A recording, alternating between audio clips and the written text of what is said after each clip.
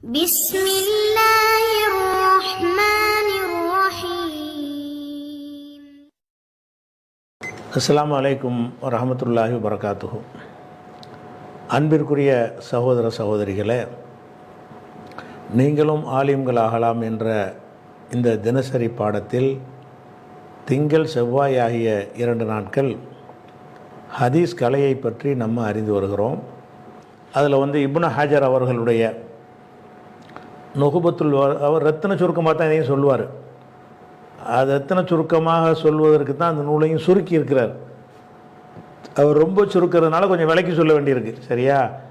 அப்போ அந்த அவருடைய நூலை அடிப்படையாக வைத்து ஹதீஸுகளை வகைப்படுத்துகிறோம். எப்படி வகைப்படுத்துகிறாருன்னு கேட்டால், அந்த ஹதீஸ் எவ்வளோ பேர் வழியாக அறிவிக்கப்படுதுங்கிறதை பொறுத்து ஹதீஸுகள் பல வகைகளாக பிரிக்கப்படுகிறது. முதலாவது வகை என்னன்னு கேட்டால் முத்தவாத்திர் என்ற ஒரு வகை. முத்தவாத்திர் வகை என்றால் என்னன்னு கேட்டால், யார் அந்த முதல்ல ஹதீஸை அறிவிக்கிறாங்களோ அந்த மட்டத்தில் இருந்து யார் அந்த ஹதீஸை பதிவு செய்கிறாரோ அந்த மட்டம் வரைக்கும் எல்லா நிலைகள்லையும் அதிகமான நம்பர் இருக்க வேண்டும். அந்த நம்பர் எவ்வளோ இருக்க வேண்டும் என்று சொன்னால், இவர்களெல்லாம் பொய் சொல்வார், இவ்வளவு பேர் பொய் சொல்வார்களா என்ற அளவுக்கு இருக்க வேண்டும். 50 100 எண்ணிக்கை அவர் சொல்லலை. இவ்வளவு பேர் பொய் சொல்வார்களா என்று நடைமுறையில் சாத்தியமில்லை என்கிற வகையில் அது இருக்க வேண்டும். இதுதான் முத்தவாத்திர்னு சொல்லிட்டாரா ஒன்று. ரெண்டாவது, அந்த அறிவிக்கிறாங்கல்ல, அந்த கடைசியில் உள்ள ஒரு ஆள் என்னவா இருக்கணும்னு கேட்டால், அதுக்கு நேரடி சாட்சியாக இருக்கணும். அந்த செய்தி என்ன செய்யணும், யாரோ சொன்னாங்கன்னு கேள்விப்பட்டவராக இருக்கக்கூடாது, அவரே அதை பார்த்திருக்க வேண்டும். அவரே பார்த்திருக்க வேண்டும் என்றால் அது மாதிரி பல பேர் பார்த்துருக்கணும். கடைசியில் உள்ள ஒரு ஆள் என்ன செஞ்சிருக்கணும், ரசூல்லா சொன்னாங்கன்னு 10 பேர் அறிவிக்கணும். 10 பேர் ரசூல்லா பார்த்துருக்கணும், கேட்டிருக்கணும். அப்படி இருந்தால் 10 வந்தால் முத்தவாத்திர் ஆகி போயிடும். அல்லது ரசூல்லா ஒருத்தர் தான் பார்த்துருக்காருன்னு கேட்டால் அதுவும் சரியான செய்தி தான். அது முத்தவாத்திருங்கிற பேரில் கொடுக்க மாட்டோம். முத்தவாத்திருங்கிற அந்த பேரை கொடுக்கறதாக இருந்தால் ஆரம்பம் முதல் கடைசி வரை ஒரு ஜாஸ்தியான நம்பர் இருக்கணும் அப்படிங்கிறத முடிச்சுட்டாரா. இந்த 3 தான் கண்டிஷன். இந்த 4வது என்ன செய்கிறாருன்னு கேட்டால், ஓ யுலாஃபு, சேர்த்து கொள்ளப்படலாம். யுலாஃபு என்றால் இந்த 3ல எல்லாம் அடங்கிருச்சு முத்தவாத்திரு. சேர்த்து கொள்வது என்ன செய்கிறாரு, அதை ரத்தின சுருக்கமாக அந்த ஒரு பாயிண்டை இந்த ஒத்தவரில் அடக்கி சொல்கிறார். எப்படி சொல்கிறாருன்னு கேட்டால், ஓ யுலாஃபு இலா தாலிக்க, இதனோடு சேர்க்கப்படும். இந்த 3 கண்டிஷன் சொன்னோம்ல, இதனோடு சேர்த்து கொள்ளப்படும். எஸ் ஹப ஹபர்ஹும், அவர்கள் அறிவிக்கிற ஹபர்னா செய்தி.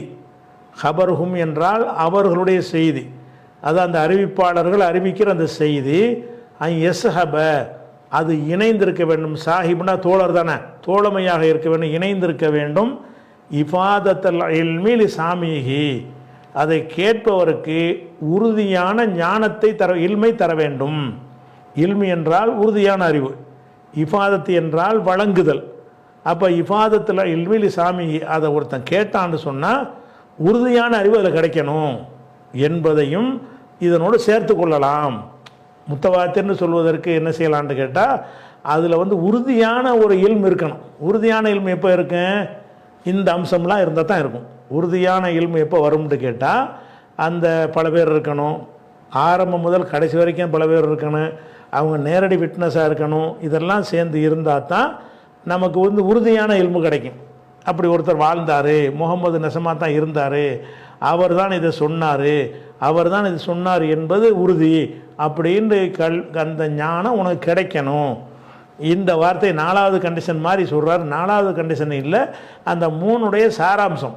அந்த 3டைய சாராம்சம் என்னென்னு கேட்டால், ஓ யுலாஃபு, சேர்க்கப்படும், இலா தாலிக்க, இந்த சர்த்தோடு முத்தவாத்திற்கு ஒரு சர்த்து சொன்னோம்ல, இதனுடன் சேர்க்கப்படும். என்ன சேர்க்கப்படும்னா, எஸ்ஹப, இணைந்திருத்தல், இணைந்திருக்க வேண்டும். ஹபர்ஹும், அவங்களுடைய செய்தி அவங்க அறிவிக்கிற செய்தி இணைந்திருக்க வேண்டும், சேர்ந்திருக்க வேண்டும். இஃபாதத்தல் இல்மி லிசாமிஹி, அந்த செய்தியை கேட்கக்கூடியவருக்கு, அந்த செய்தியை ஒருத்தன் காதால் கேட்குறவனுக்கு இல்மை, ஞானத்தை வழங்குவதாக இருக்க வேண்டும். அந்த செய்தியை கேட்டால் கரெக்டு தான்ப்பா, ரசூலுல்லாஹ் அதை சொன்னாங்கன்னு அவர் சொல்கிறாரு, அவர் நேரத்தை பார்த்துருக்காரு, கேட்டு தானே சொல்கிறாரு, அவர் சொல்லித்தான் இருப்பார் அப்படிங்கிற ஒரு இல்மை தரக்கூடியதாக இருக்க வேண்டும்னு நினைஞ்சிடறாரு. அந்த 4வது ஷர்த்து மாதிரி இதை சொல்கிறது. 4வது ஷர்த்து கிடையாது, அந்த 3 ஷர்த்துக்குடைய சாராம்சம் தான். இந்த 3 ஷர்த்து அடைந்திருக்கும் என்று சொன்னால் நமக்கு திட்டவட்டமான அறிவு வந்துடும்ல. இன்னமில்லாமல் பின்னியாத்துன்னு ரசூல்லா சொன்னாங்கன்னு ஒருத்தர் சொன்னார்ன்னு கேட்டால் அதில் இல்மு வராது. ஒருத்தர் சொல்கிறாரு, சொல்லாமல் கூட இருந்திருக்கலாமோ, மறதியாக சொல்லியிருப்பாருன்னு வந்துடும். ஒரு 50 பேர் சொன்னாங்கன்னா இல்மு வந்துடும். அப்போ கேட்டவுடனே உறுதியான ஞானம் உனக்கு கிடைக்கணும், அப்படி இருக்கணும். சுருக்கமாக சொல்வதாக இருந்தால், ஒரு செய்தியை கேட்டவுடனே அது உறுதியான அறிவு உனக்கு இருக்க, அதிலிருந்து கிடைக்க வேண்டும். உறுதியான அறிவு கிடைக்கும் என்று இருந்தால் தான் அது முத்தவாத்திர் ஆகும் என்பதையும் அதனோடு சேர்த்து கொள்கிறார். ஓ யுலாஃபு, இலாஃபத்து முலாஃபத்து முலாஃபிலாம் படிச்சிங்களா, அந்த வார்த்தை தான். ஓ யுலாஃபு சேர்க்கப்படும், இலா தாலிக்க இதனோடு சேர்க்கப்படும். எஸ் ஹப ஹபருகும் அவங்களுடைய ஹபர், அவங்க அறிவிக்கிற அந்த அறிவிப்பாளர்கள் அறிவிக்கிற செய்தி. எஸ் ஹபன்னா அது இணைந்திருக்க வேண்டும். இஃபாதத்தில் இல்மி லிசாமிஹி கேட்குறவனுக்கு இல்மை வழங்குது. இஃபாதத்தினா வழங்குறது, அறிவை கொடுக்கிறது. அறிவை கொடுக்கும் விஷயத்தில் இணைந்திருக்க வேண்டும், சேர்ந்திருக்க வேண்டும், அறிவை கொடுக்க வேண்டும். அப்போ அதை கேட்டவொன்னு என்ன செய்யணும்னா கன்ஃபார்ம், 30 பேர் சொல்கிறாங்கல்ல, இவ்வளோ நேரடியாக பார்த்து சொல்கிறாங்கல்ல, அனைவர் நல்லவர்களாக இருக்கிறார்கள்ல, அப்போ ரசூலுல்லாஹ் தான் சொல்லியிருப்பாங்க அப்படின்னு அந்த இல்மு தரக்கூடியதாக இருந்தால் அதுக்கு பேர் முத்தவாத்திர்னு முடிச்சிடுறார். இந்த முத்தவாத்திர் என்பதற்கு என்ன செய்கிறாங்கன்னு கேட்டால், முத்தவாத்திற்கு எம்புட்டு நம்பரு. இது இப்போ நான் சொல்லக்கூடியதெல்லாம் இப்னு ஹஜருடைய நுகுபத்துல் ஃபிக்ரில் உள்ளது கிடையாது. இவ்வளோதான் விஷயம். இதனுடைய விரிவுரைகளாக பலரும் சொல்லக்கூடிய விஷயங்களை இப்போ நான் காட்டுற இந்த டெக்ஸ்ட்லாம் அந்த கிதாபில் இருக்காது. இது உங்களுக்கு தேவையும் இல்லை. இருக்குது இதனுடைய கருத்தை நீங்கள் உள்வாங்கிட்டால் போதும். அதாவது அதிகமான எண்ணிக்கையில் அறிவிக்க வேண்டும். முத்தவாத்திர்னு சொன்னால் என்ன செய்யணும்? ரசூல்லா காலத்திலேருந்து அதிக எண்ணிக்கை இருக்கணும், சஹாபாக்கள் காலத்திலேருந்து அதிக எண்ணிக்கை இருக்கணும், தாபீன்கள்ட்ட அறிவிப்பாளர்களும் ரொம்ப இருக்கணும், தாபீன் அறிவிப்பாளரும் ரொம்ப இருக்கணும், அதுக்கு அடுத்த தலைமுறையிலையும் ரொம்ப இருக்கணும், அந்த கிதாபு நூலாசிரியர் காலத்தில் வாழ்ந்தவங்களும் ரொம்ப ரொம்ப இருக்கணும். இப்படிங்கிறத சொல்லிட்டீங்கல்ல. இந்த ரொம்பன்னா எம்புட்டு அப்படின்னு சொன்னால், அந்த ரொம்ப என்பதற்கு என்ன செய்கிறாங்கன்னு கேட்டால், ஒவ்வொரு ஆளும் ஒவ்வொரு வழக்கம் சொல்கிறாங்க. நிறைய பேர் என்பதுக்கு அர்த்தம் என்னென்னு கேட்டால் 4 இருக்கணும் குறைஞ்ச வச்சோம். ரொம்ப 100 கணக்கில் இருக்க தேவையில்லை. எவ்வளோ இருந்தால் போதும் முத்தவாத்திற்கு? ரசூலுல்லாஹ் சொன்னதாக ஒரு 4 பேர், அந்த 4 பேர் சொன்னதாக ஒரு 4 பேர், அந்த 4 பேர் சொன்னதாக ஒரு 4 பேர், திருமதிக்கு ஒரு 4 பேர். இப்போ 4 பேர் வழியாக ஒரு செய்தி வந்திருக்குமே. ஆனால் 4 பேர் போய் சொல்ல மாட்டாங்க. அதனால் அது 4 போதும். முத்தவாத்திற்கு எவ்வளோ போதுங்கிறாங்க? 4 பேர் போதும்னு ஒரு சாரார் சொல்கிறாங்க. 4 பேர் போதுங்கிறதுக்கு என்னப்பா ஆதாரம்னு கேட்டால், 4 ஹலீஃபா இருந்தாங்கல்ல, அதான் ஆதாரங்க. 4 ஹலீஃபாக்கள் 4 பேராம். அதிலேருந்து என்ன எடுக்கிறாங்களாம்? 4 பேர்னு வச்சுக்கலாம். அதிக எண்ணிக்கை என்று தான் இப்னு ஹஜர் சொல்கிறாரு. ஹதீஸ்கலை உசூல் கிதாப் எழுதினவங்களும் அதிக நம்பர்னு சொல்கிறாங்க. அதுக்கு விரிவுரை எழுத புகுந்தவர்கள் என்ன செய்கிறாங்கன்னு கேட்டால், அது ஒரு 4 இருக்கலாம், இல்லை ஒரு 5 இருக்கணும், இல்லை 6 இருக்கணும், இல்லை 7 இருக்கணும் என்று ஒவ்வொரு ஆளும் ஒவ்வொரு நம்பரை சொல்கிறாங்க. அது காட்டுற ஆதாரம் இருக்குதே, அப்படி புல்லரிக்கிற ஆதாரமாக இருக்கிறது. என்ன ஆதாரம்? 4 பேர் இருந்தால் போதும். அதான் ரசூலுல்லாஹ் சொன்னதாக 4 பேர், அந்த 4 பேர் சொன்னதாக 4 பேர், அந்த 4 பேர் சொன்னதாக 4 பேர், இவ்வளோ இருந்தாலே முத்தவாத்திர் ஆயிரும் அப்படின்னு சொல்கிறாங்களே. அவங்க என்ன ஆதாரம் காட்டுறாங்கன்னு கேட்டால், 4 ஹலீஃபாக்கள் இருந்தாங்கல்ல, ஹலீஃபாக்கள் மொத்தம் எத்தனை? 4 பேராம். அதனால 4 வச்சுக்கிடுவோம், ஹலீஃபாக்கள் 4ங்கிற காரணத்தினால 4 பேர் இருக்கலாம்னு ஒரு சாரார் சொல்கிறாங்க. அது நம்புகிறேன். இன்னொரு சார் என்ன செய்கிறாங்கன்னா, இல்லை 5 இருக்கணும். 5 ஏன்பா இருக்கணுங்கிறீங்கன்னு கேட்டால், அந்த கணவன் மனைவிக்கு ஒரு சந்தேகம் ஏற்பட்டு, கணவனுக்கு மனைவியின் மீது சந்தேகம் ஏற்பட்டுருது. இப்போ மனைவி இன்னொருத்தனோட தொடர்பில் இருக்கிறாள்னு புகாரை கொண்டு வர்றான். அப்போ மார்க்கத்தில் என்ன செய்யணும்? 4 தடவை சத்தியம் பண்ணணும்.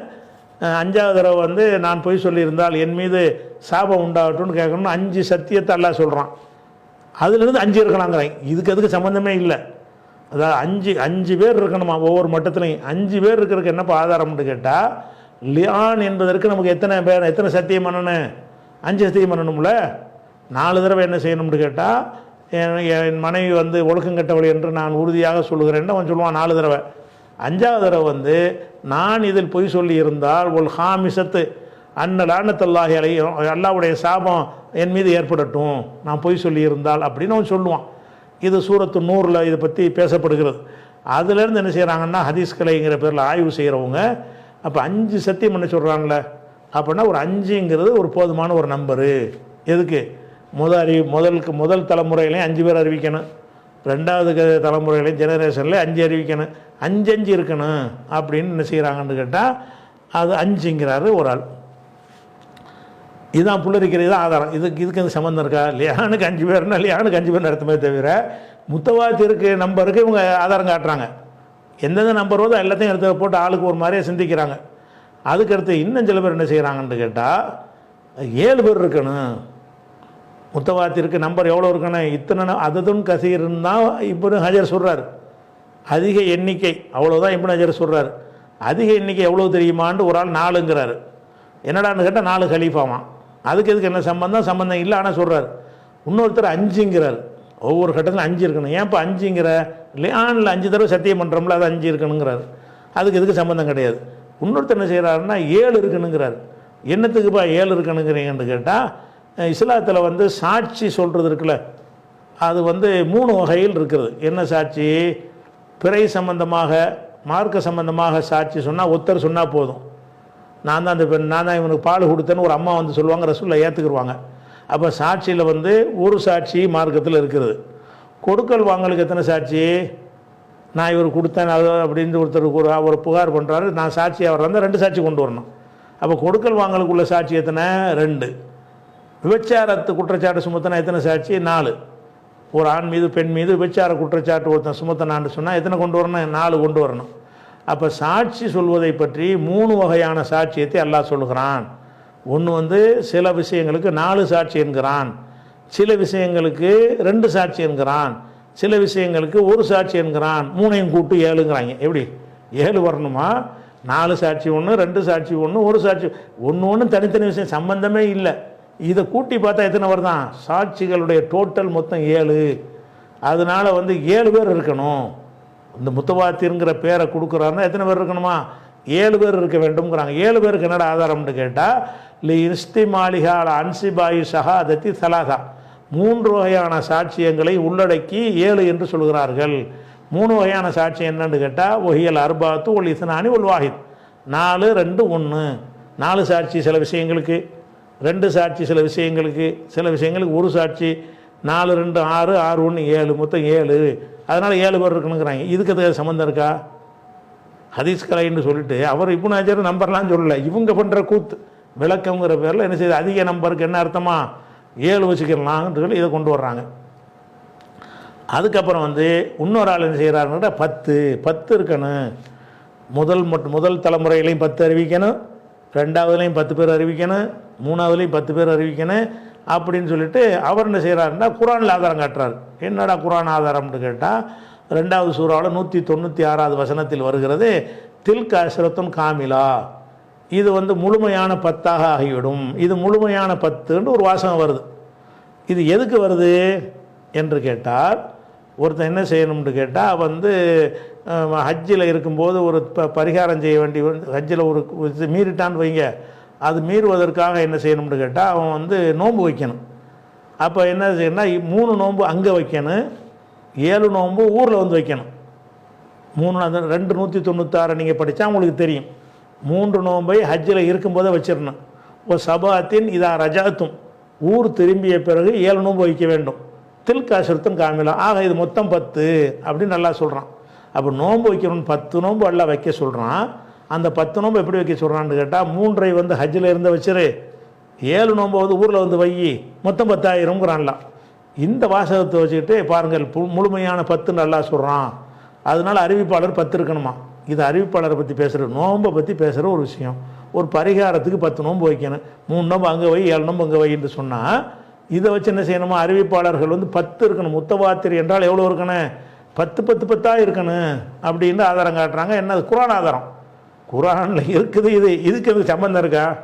இது அறிவிப்பாளர் இத்தனை பேர் இருந்தால் தான் நம்பிக்கைக்குரியதாக இருக்குங்கிறத காட்டக்கூடிய ஒரு செய்தியாக இது. பரிகாரம் பண்ணுறது 10 நோன்பு வைக்கணும்னு சொல்ல வந்தோம்னு சொன்னால் 10 நாள் ஒரு நம்பரை சொல்கிறாங்களே என்ன இருந்தாலும். அதனால் என்ன செய்யணும்? ரசூலுல்லாஹ் சொன்னதாக அறிவிக்கிற ஆளுகளும் 10 பேராக இருக்கணும்.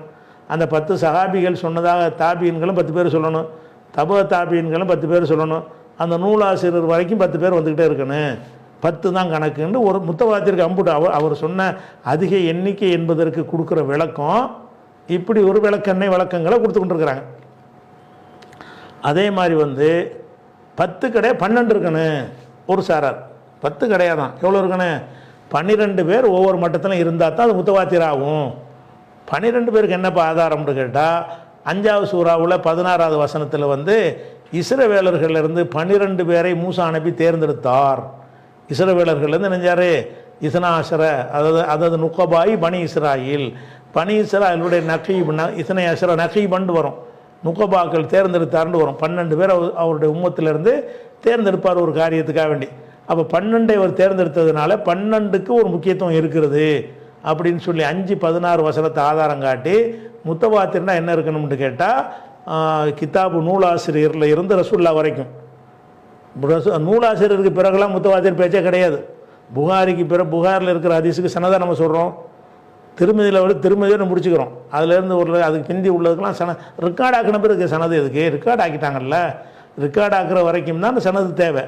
ரெக்கார்ட் ஆக்குற வரைக்கும் உள்ளதுக்கு தான் முத்தவாத்திர் பேச்சும் வரும். முத்தவாத்திர்னு சொல்வதாக இருந்தால் என்ன இருக்குன்னு திருமதியில் இருந்து, அபுதாபுதில் இருந்து, இப்னு மாஜாவில் இருந்து, இப்னு ஹிப்பானில் இருந்து ரசூல்லா வரைக்கும் உள்ள அறிவிப்பாளர்கள் ஒவ்வொரு மட்டத்திலையும் 12 இருக்க வேண்டும்னு ஒரு சாரார். இன்னொரு ஆள் என்ன செய்கிறாங்கன்னு கேட்டால் 8:65 வசனம் குரானில் ஆதாரம் அப்படி பயங்கரமாக சிந்திக்கிறாங்க. குரானில் ஒரு ஆதாரத்தை எடுத்து காட்டி என்ன செய்கிறாங்க, 20 இருக்கணும் முத்தவாத்திர்னு எப்போ சொல்லுவோம், 20 இருக்கணும். ஆதிலேருந்து கடைசி வரைக்கும் கிதாபுல நூலாசிரியரில் இருந்து ரசூல்லா வரைக்கும் எவ்வளோ பேர் இருக்கணும், 20 பேர் இருக்கணும். என்னப்போ அதுக்கு ஆதாரம்னு கேட்டால் உங்களில் சகித்து கொள்ளக்கூடிய 20 இருந்தால் 200 பேரை ஜெயிப்பீர்கள். இது மாற்றப்பட்ட ஒரு வசனம். இது 1க்கு 10 நல்ல பிறகு ஆக்கிட்டான். அதை கூட சிந்திக்காமல் என்ன செய்கிறாங்கன்னு கேட்டால் உங்களில் பொறுமையாக இருக்கக்கூடிய ஈயக்குன் மின்கும் இஷ்ரூன சாபிரூன, உங்களில் சபுர் செய்யக்கூடிய 20 பேர் இருந்தால் 200 பேரை ஜெயிக்கலாம் அப்படின்னு நல்லா சொன்னேன். அப்போ 220ங்கிற ஒரு பெரிய நம்பரு. அதனால எவ்வளோ இருக்குன்னு முதல் தலைமுறையிலிருந்து கிதாபு வரைக்கும் உள்ள எல்லா தலைமுறையிலையும் 20 அறிவிப்பாளர் ஒரு செய்தி அறிவிக்கணும். ஒரு செய்திக்கு 20 அறிவிப்பாளர் இருந்தால் தான் அது முத்தவாத்திர்னு சொல்கிறாங்க. அதுக்கு 8:65 வசனத்தை ஆதாரம் காட்டுறாங்க. இன்னொரு ஆள் என்ன செய்கிறாங்கன்னு கேட்டால் 40 இருக்கணும். இங்கேருந்து ரசூல்லா சொன்னதாக 40 பேர் அறிவிக்கணும், அடுத்த தலைமுறையில் 40 பேர் அறிவிக்கணும், அடுத்த தலைமுறை 40 அறிவிக்கணும் அப்படிங்கிறாங்க. என்னடா 40ங்க என்னப்பா ஆதாரம்னு கேட்டால் ரசூல்லா சொன்ன ஒரு ஹதீஸை கொண்டாந்து போடுறாங்க. ஹைரு சராயா அர்பவும், சிறிய படைகளில் சிறந்தது 40 தான். சின்ன சின்ன படைகளை ரசூல்லா அனுப்புவாங்க, சரியத்துன்னு சொல்லுவாங்க. பெரிய பெரிய படைன்னா கசுவத்து யுத்தம்னு சொல்லுவாங்க. யுத்தம்ங்கிறதுக்கு நம்பர் கிடையாது. சரியத்துங்கிறதுக்கு என்ன செய்வாங்க, சின்ன சின்ன கூட்டத்தை அடக்கிறதுக்கு அனுப்பி வைப்பாங்க. அதில் குறைஞ்சபட்சம் சிறந்தது எவ்வளோன்னு 40 பேராச்சும் இருக்கணும். ஹைரு சராய அர்பவுன்னு ரசூல்லா சொல்லிட்டாங்களாம். அப்போ 40ங்கிறது தான் இருக்கணும். அப்போ ஒவ்வொரு கட்டத்திலும் 40 இருக்கணும் அப்படிங்கிறாங்க. அடுத்து ஒரு ஆள் என்ன செய்கிறாங்கன்னா 50 இருக்கணும். முத்தவாத்திற்கு என்னது இதெல்லாம் இல்மு கிடையாது, இதெல்லாம் ஒரு மடமை. ஆனால் மடமையை ஹதீஸ் கலைண்டு இதெல்லாம் எழுதி வச்சுருக்கிறாங்க. நமக்கு ஃபில்டர் பண்ணி அவர் இப்னு ஹஜர் ஃபில்டர் பண்ணி கரெக்டாக சொல்லிடுறாரு. இதெல்லாம் விளக்கம்ங்கிற பேரில் என்ன செய்கிறாங்க, அதிக நம்பிக்கைக்கு அவர் நம்பர் போட்டாரா, எவ்வளோ எண்ணிக்கை இருந்தால் இது மக்கள் சந்தேகப்பட மாட்டாங்களோ அவ்வளோ எண்ணிக்கை முடிச்சிட்டார். அது நம்ம பக்கம் தள்ளி விட்டார். அவர் கரெக்டாக சொல்லிட்டு போயிட்டார். இவங்க என்ன செய்கிறாங்கன்னு கேட்டால் 50 பேர் இருக்கணும். 50 பேர் என்னன்னு கேட்டால் அந்த கசாமத்துன்னு ஒன்று இருக்குது. கசாமத்துனா கூட்டு சத்தியம். கூட்டு சத்தியம்னா என்னன்னு கேட்டால் ஒரு ஆள் ரசூலுல்லாஹ்வுடைய காலத்தில் என்ன செய்கிறாருன்னா ஒரு சஹாபி யூதர்களுடைய ஹைபர் பகுதிக்கு போகிறார். 2 பேர் போகிறாங்க. அதில் என்ன செய்கிறாங்கன்னா ஒரு ஆளை அங்கே கொல்லப்பட்டுறாரு. ஒரு ஆள் கொல்லப்பட்டுறாரு. இந்த ஒரு ஆள் என்ன செய்கிறாருன்னா ரசூலுல்லாஹ்ட்ட புகார் பண்ணுறாரு, நாங்கள் 2 பேர் போனோம், யூதர்களுடைய ஏரியாவுக்கு நாங்கள் போனோம், அங்கே போயிட்டு நான் திரும்பி பார்த்தேன், அவருக்கு என்னோட கூட வந்தார கொண்டு விட்டாங்க, யார் கொண்டான்னு தெரியலை என்று புகார் பண்ணுவாங்க. அப்போ ரசூலுல்லாஹ் என்ன செய்வாங்கன்னு கேட்டால் எங்களுக்கு நியாயம் வழங்கணும், யூதர்கள் தான் கொலை செஞ்சாங்க, அவங்கள தண்டிக்கணும்னு ஒரு புகார் பண்ணுவார். ரசூலுல்லாஹ் யூதர்களை கூப்பிட விடுவாங்க. ரசூலுல்லாஹ் தானே ஆட்சியில் இருக்கிறாங்க, கூப்பிட விடுவாங்க. கூப்பிட விட்டு கேட்டால் இல்லை நாங்கள் கிடையாது, நாங்கள் யாருமே செய்யலை அப்படின்னு என்ன செய்வாங்கன்னா எல்லோரும் மறுத்துருவாங்க, நாங்கள் இல்லைண்டு. அப்போ ரசூலுல்லாஹ் என்ன செய்வாங்கன்னா, ஏன்பா யூதர்கள்ட்ட இடத்துல ஒருத்தன் செத்து கிடந்தா அவன் தான் செஞ்சாண்டு இப்படின்னு எடுப்ப, நம்மளில் ஒரு ஆள் கூட செஞ்சு கொண்டு போய் போட்டிருப்பான்ல, கொலை செய்கிறாருந்தா ஆதாரத்தை காட்டு, என்ன ஆதாரம் கொண்டு இருக்குன்னு ஆதாரமெல்லாம் இல்லைன்று வரப்போ அப்போ ரசூல் என்ன செய்வாங்கன்னு கேட்டால், ஆதாரம் இல்லைன்னா அவங்க மேலே குற்றம் சுமத்த முடியாது. யூதர்கள் தான் யூதர்கள் ஏரியாவில் இருந்ததுனால, யூதர்களுடைய தெருவில் ஒரு பாடி கிடந்ததுனால யூதர் மேலெல்லாம் பழி சுமத்த முடியாது அப்படின்னு சொல்லிட்டு ஒன்று செய்யலாம். அந்த கொலை செய்யப்பட்டவருக்கு வந்து 2 நியாயம் வழங்கணும். ஒன்று கொலையாளியை தண்டிக்கணும், 2வது கொலை செய்யப்பட்டவருடைய குடும்பத்துக்கு நிவாரணம் வழங்கணும்.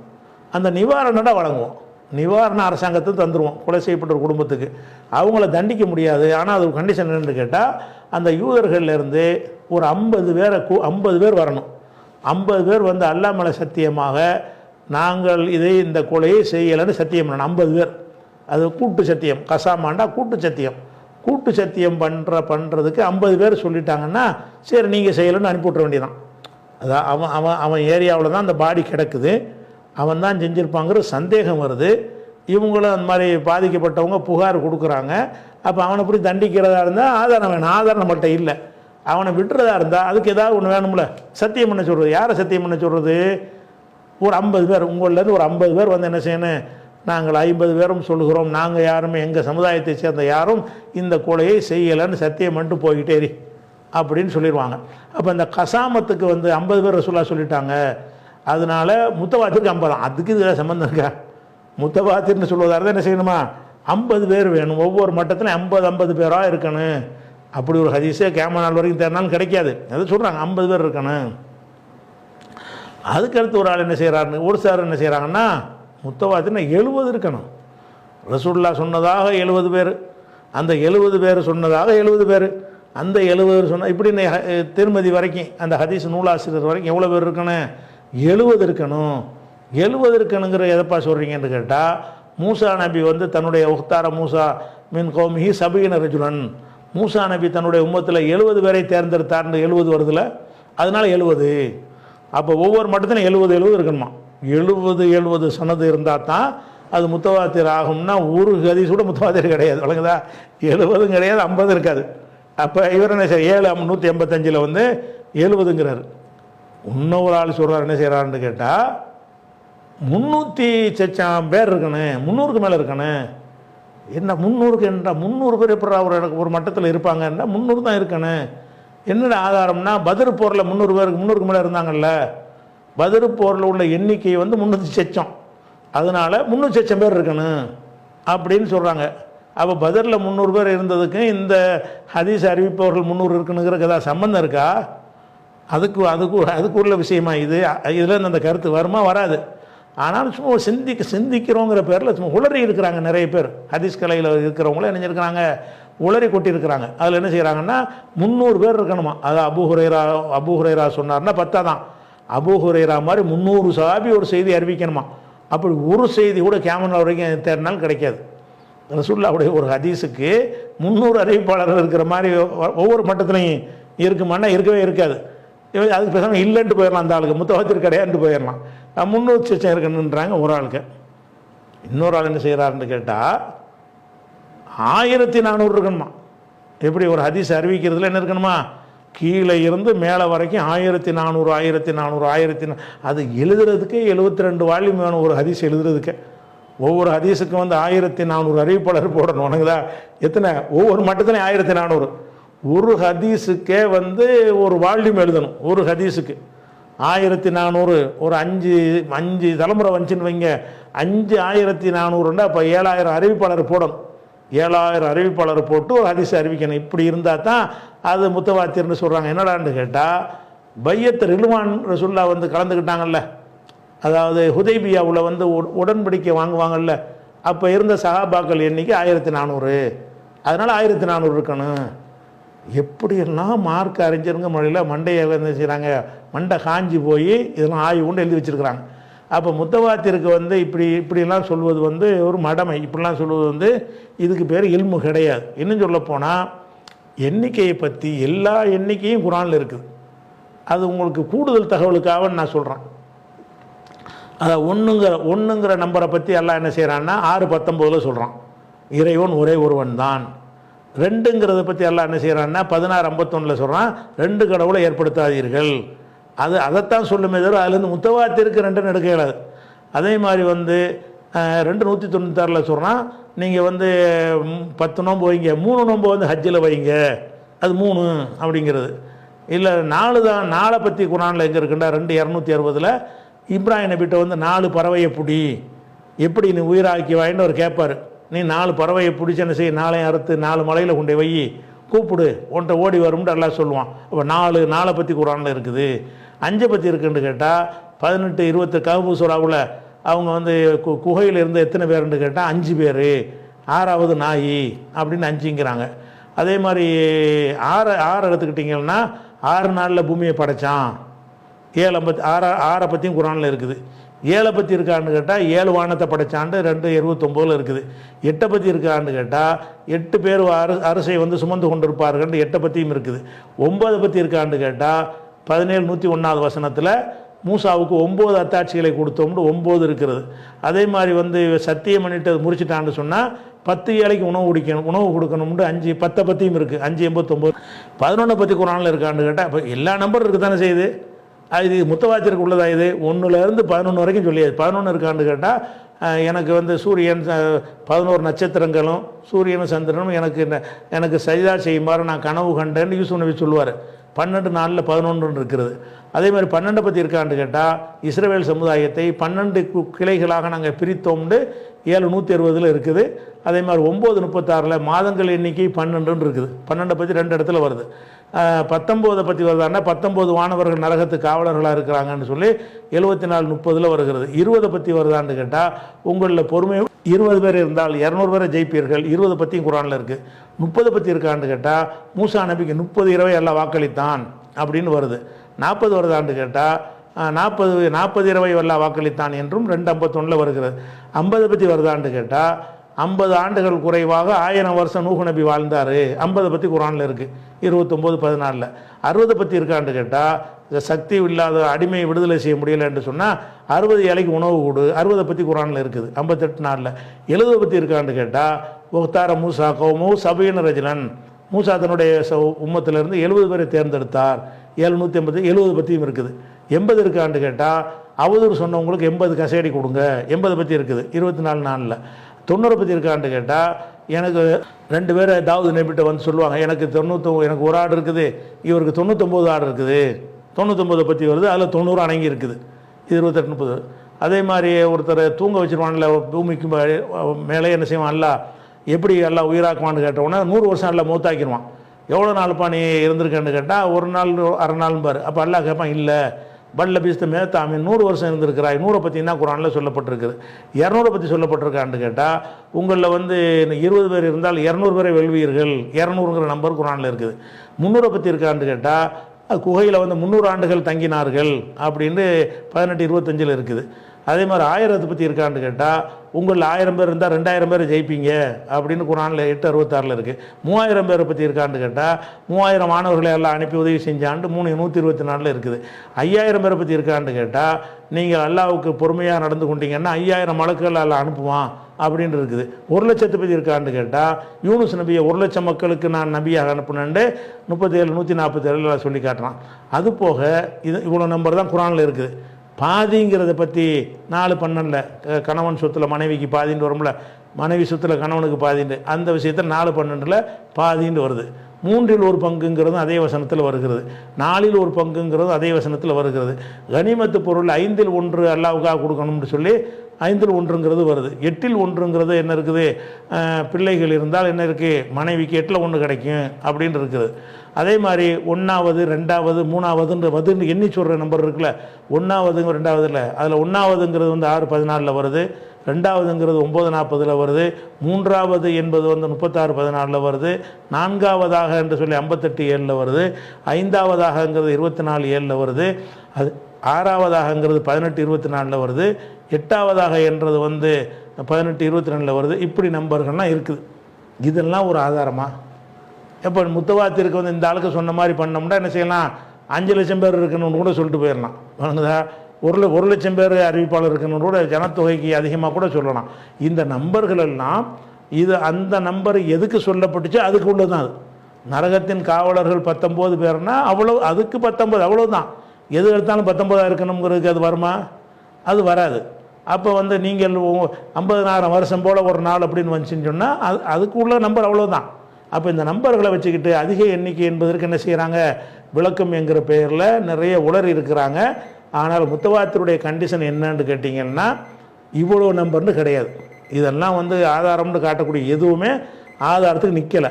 இத்தனைன்னு நம்ம எப்படி தீர்மானிக்கிறது, இத்தனை பேர் இருக்கணும்னு?